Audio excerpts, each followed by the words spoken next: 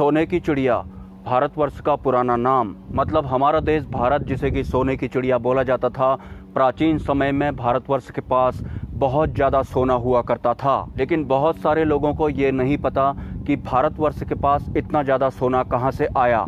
और हमारे देश को जो सोने की चिड़िया बोला जाता था, उस रहस्य से भी मैं आज इस वीडियो में पर्दा उठाने वाला हूँ।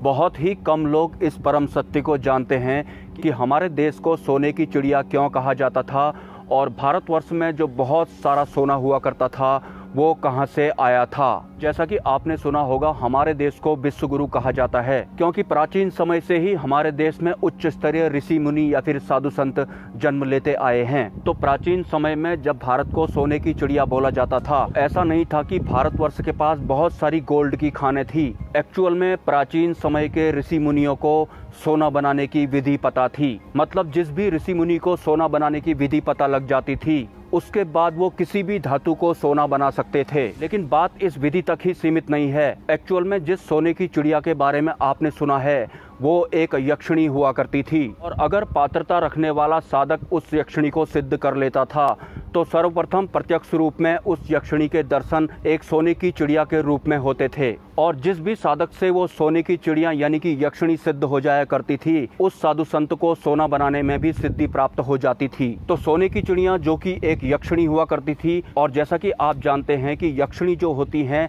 वो यक्षराज कुबेर के परिवार से आते हैं, और यक्षराज कुबेर ही धन के भगवान हैं। हालांकि इस वीडियो में मैं उस यक्षिणी का असली नाम रिवील नहीं करूंगा, और न ही सोने बनाने वाली पूर्ण विधि को रिवील करूंगा। लेकिन मोटा मोटा अगर आपको मैं बताऊं, तो यक्षिणी को सिद्ध करने के बाद पारा और किसी अन्य धातु को मिलाने के बाद सोना तैयार किया जाता है। लेकिन उसके साथ ही उस साधक के पास सोने की चिड़िया यानी यक्षिणी की सिद्धि भी होनी चाहिए, उसके बाद ही वो इस विधि को फॉलो कर सकता है। तो प्राचीन समय में बहुत सारे साधु संतों ने यक्षिणी को यानी कि सोने की चिड़िया नामक यक्षिणी को सिद्ध किया हुआ था, और उसके बाद वो जितना चाहे उतना सोना बनाया करते थे। तो उसके बाद भारतवर्ष में इतना ज़्यादा सोना हो गया कि पूरे विश्व को भारत के सोने के बारे में पता लग गया, और उसके बाद भारतवर्ष में तरह तरह के आक्रमण किए जाते रहे हैं, और नालंदा विश्वविद्यालय तक भी सोने बनाने की ये विधि काम किया करती थी। लेकिन विदेशी आक्रमणों की वजह से और उच्च स्तरीय साधु संतों के कमी की वजह से सोना बनाने की ये विधि भी सुप्त अवस्था में चली गई, और इतनी पात्रता रखने वाले उच्च स्तरीय साधु संत भी उसके बाद पैदा नहीं हुए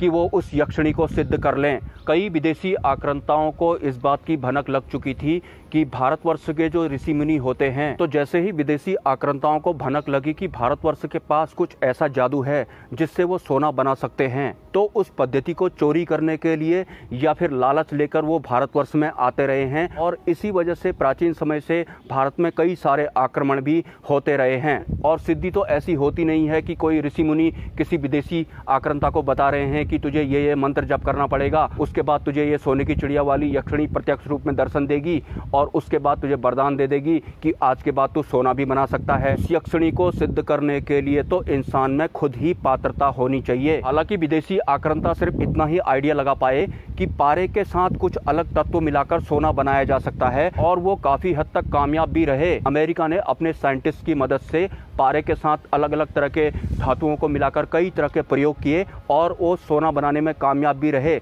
लेकिन जैसे वो 10,000 रुपए का सोना बनाते थे, तो उसमें 11,000 रुपए का खर्चा भी आ जाता था। तो उनका ये प्रोसेस भी फेल हो गया। उसके बाद उन्होंने ये प्रोसेस फॉलो करना बंद कर दिया।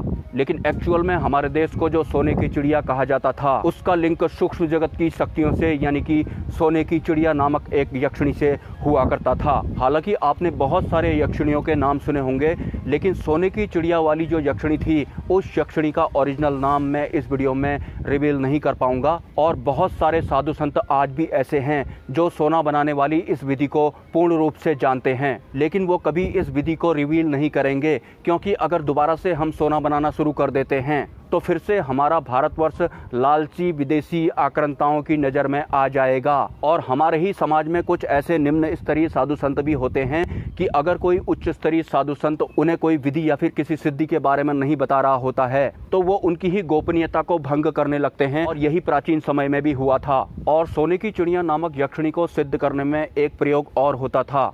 अगर वो यक्षिणी किसी साधु संत से सिद्ध भी हो जाती थी, तो फिर भी उस यक्षिणी को कुबेर महाराज से परमिशन लेनी पड़ती थी। अगर वो साधक सोना बनाने में, चांदी बनाने में या फिर अन्य कीमती धातु बनाने की विधि प्राप्त करना चाहता था तो कुबेर महाराज की परमिशन के बाद ही उस यक्षिणी द्वारा उस साधक को पूरी विधि बताई जाती थी। और जिस तरह से प्राचीन समय में हमारे ऋषि मुनि सोना बनाना जानते थे, ठीक उसी तरह से प्राचीन समय में हमारे ऋषि मुनि इस तरह के पत्थर बनाना भी जानते थे। एक्चुअल में उस वक्त कृत्या शक्ति या फिर कृत्या सिद्धि भी कार्य किया करती थी। मतलब जो एक उच्च स्तरीय साधु संत सोच रहा होता था, उसकी वही सोच स्थूल रूप में प्रकट होकर सामने आ जाया करती थी। जैसा कि आपने प्राचीन समय में पत्थरों में बनाई गई कलाकृतियां या फिर मूर्तियां देखी होंगी, उनकी चित्रकारी को देखकर ऐसा लगता है कि प्राचीन समय के लोगों के पास ऐसी कौन सी मशीन थी जो वो एक पत्थर में ही इतनी सारी चित्रकारी कर गए। एक्चुअल में वो व्यवस्था भी सूक्ष्म जगत की व्यवस्थाओं के अंतर्गत आती थी। ऐसा नहीं कि समंदर के भीतर कहीं ज्वालामुखी फट गया और उसके बाद ये पत्थर बन गए। हमारे इस फिजिकल वर्ल्ड में यानी कि इस स्थूल जगत में जो भी तत्व बना आपको दिखाई पड़ रहा है, ये एक सूक्ष्म प्रक्रिया का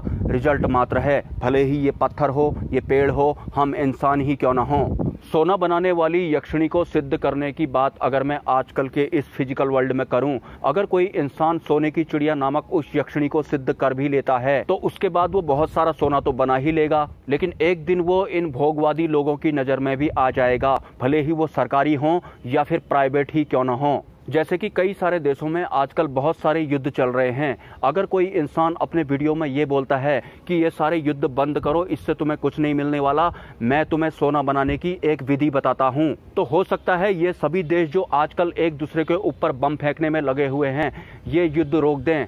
लेकिन इनके युद्ध रोकने में भी एक लालच छुपा होगा, सोना प्राप्त करना या फिर सोना कैसे बनता है इसको जानना। जैसा कि आपने सुना होगा, हमारे भारतवर्ष के ऊपर कई सारे देशों ने बारी बारी से आक्रमण किए थे, लेकिन वो सिर्फ सोना ले जाने में ही कामयाब रहे। सोना बनता कैसे है इस बात की खबर या ये विधि तो दूर दूर तक उनकी समझ से परे है। तो उस वजह से एक दिन हमारे भारतवर्ष का बहुत सारा सोना तो कम हो ही गया। लेकिन जब विदेशी आक्रांताओं को ये नहीं पता लगा कि आखिर इतना ज्यादा सोना भारतवर्ष में कैसे बढ़ रहा है, तो उन्होंने हमारी प्राचीन यूनिवर्सिटी जैसे कि नालंदा यूनिवर्सिटी को ही जलाकर खाक कर दिया या फिर किसी अन्य यूनिवर्सिटी को ही मिटा दिया। लेकिन हाथ सिर्फ उनके सोना लगा, जो असली चीज है वो आज भी भारतवर्ष के पास है और गुप्त रूप में उच्च स्तरीय साधु संत आज भी इस विधि को जानते हैं। तो हमारे देश भारतवर्ष को सोने की चिड़िया वास्तव में क्यों कहा जाता था, इस विषय पर ही मैंने इस वीडियो में आज चर्चा की है।